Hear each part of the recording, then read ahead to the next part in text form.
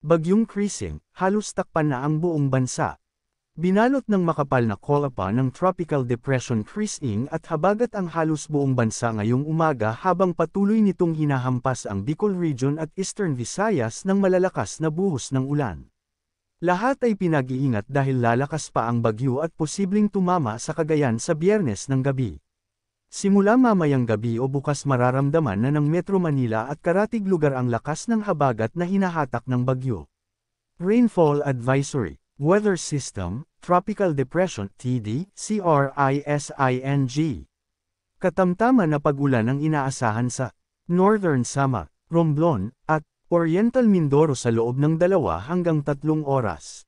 Katamtaman hanggang minsang malakas na pag-ulan ang nakakaapekto sa Camarines Sur, Albay, Catanduanes, Sorsogon, Camarines Norte, Masbate, at Marinduque na patuloy na gaganap sa loob ng 2 hanggang 3 oras at posibleng makakaapekto sa mga katabing lugar.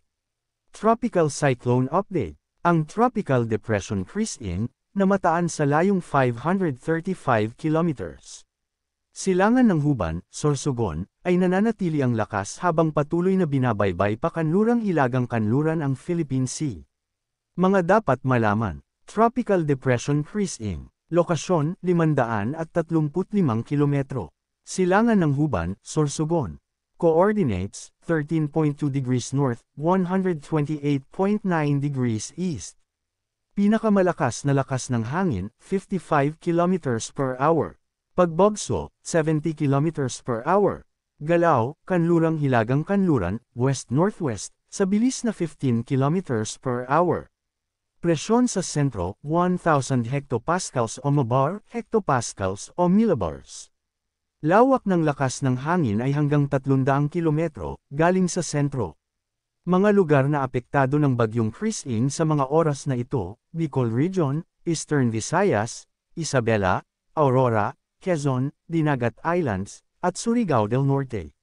Dahil dito, makakaranas ng maulap na kalangitan na may kalat-kalat na pag-ulan, pagkidlat, at pagkulog na posibleng magdulot ng pagbaha o pagguho ng lupa dahil sa katamtaman hanggang malakas na pag-ulan.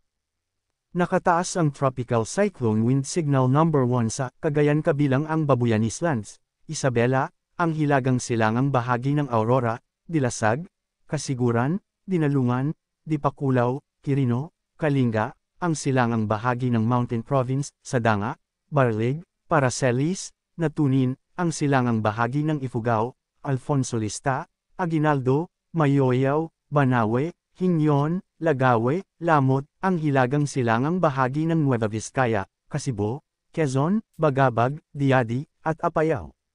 May lakas na 39 hanggang 61 km per hour sa loob ng 36 na oras o pabugsong pag-ulan ang inaasahan sa loob ng 36 na oras. Southwest Monsoon o Habagat. Nakakaapekto ito ngayon sa nalalabing bahagi ng bansa.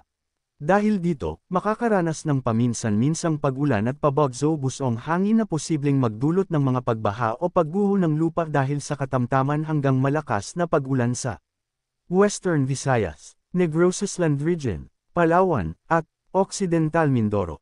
Dahil din dito, makakaranas ng maulap na kalangitan na may kalat-kalat na pag-ulan, pagkidlat, at pagkulog na posibleng magdulot ng mga pagbaha o pagguho ng lupa sa tuwing katamtaman hanggang sa minsang malakas na pag-ulan sa Metro Manila, ang nalalabing bahagi ng Central Luzon, ang nalalabing bahagi ng Calabarzon, ang nalalabing bahagi ng Mimaropa, Central Visayas, Zamboanga Peninsula, Northern Mindanao, ang nalalabing bahagi ng Caraga, La Union, at Pangasinan.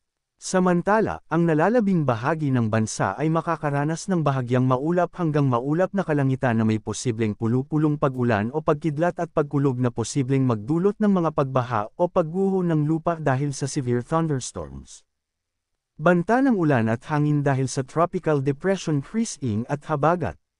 Banta ng malalakas na pag-ulan ngayong araw. Heavy intense rains sa Occidental Mindoro, Antique, Negros Occidental. Moderate heavy rains. Catanduanes, Camarines Norte, Camarines Sur, Albay, Sorsogon, Masbate, Northern Samar, Eastern Samar, Biliran, Palawan, Iloilo, Guimaras, Negros Oriental, Cebu, Siquijor, banta ng malakas na hangin ngayong araw.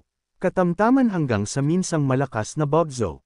Batangas, Quezon, Bicol Region, Mimaropa, Visayas, Zamboanga del Norte, Camiguin, Surigao del Norte, Dinagat Islands, Davao Occidental, Davao Oriental, Sarangani. Posibleng tatahakin ang Northern Luzon simula sa Biyernes ng gabi, ika-18 ng Hulyo taong 2025, o Sabado ng madaling araw, ika-19 ng Hulyo taong 2025.